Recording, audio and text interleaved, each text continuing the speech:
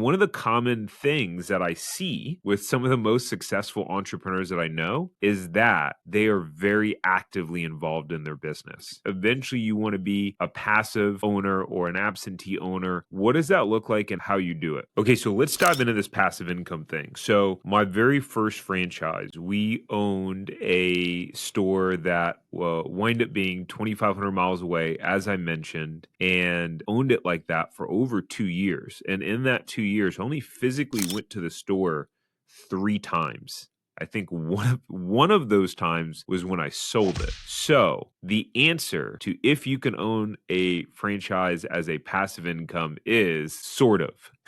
Let me explain why that is. So in franchise terminology and speak, they call it, as opposed to like passive income, they call it semi-absentee or absentee. So semi-absentee is like you're involved in the business, but like part-time, maybe 10, 15 hours a week, whatever it is.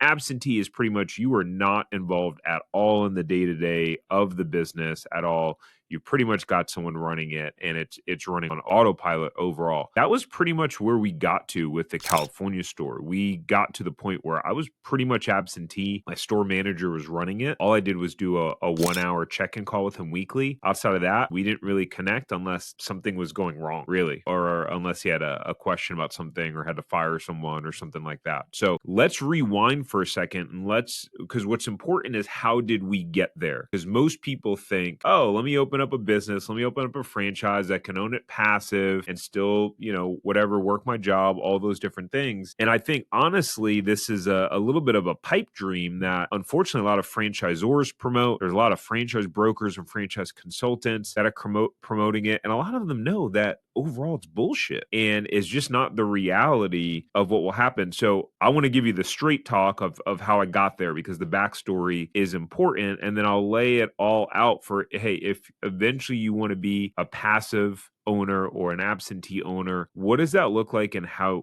you do it? So let me just caveat with this first, which is over the years I've started to surround myself with more and more entrepreneurs and meet entrepreneurs that are way more successful than me. And one of the common things that I see with some of the most successful entrepreneurs that I know is that they are very actively involved in their business, or at least for the first 5, 6, 7 years, they enjoy working. They enjoy their business. So they're not trying to be absentee. And part of the reason why their businesses wind up running so well and being so profitable is because they are so involved. So let's rewind. So my wife and I, we've signed our first franchise agreement in 2015. And when we signed our first franchise agreement, the shopping center that we signed a lease in a few months later was a dirt lot. Like literally, there's no irrigation in the ground. Like it was just a plot of land. So it took the developer over 2 years to get it all built out. So we signed our franchise agreement, I think March of 2015. We didn't start our build out until about mid-August of 2017. So about 2.5 years later, that's when we started the build out. Like finally,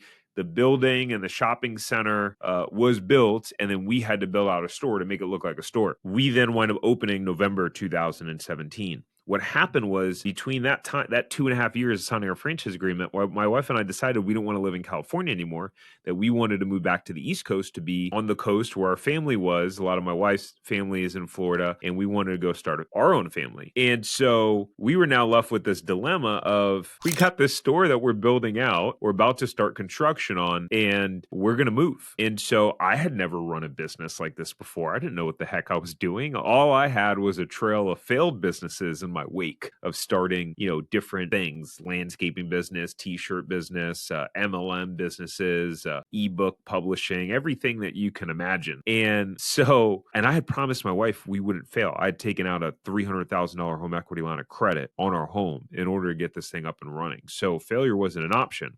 If you enjoyed this short clip from the podcast, you can check out another short clip right here.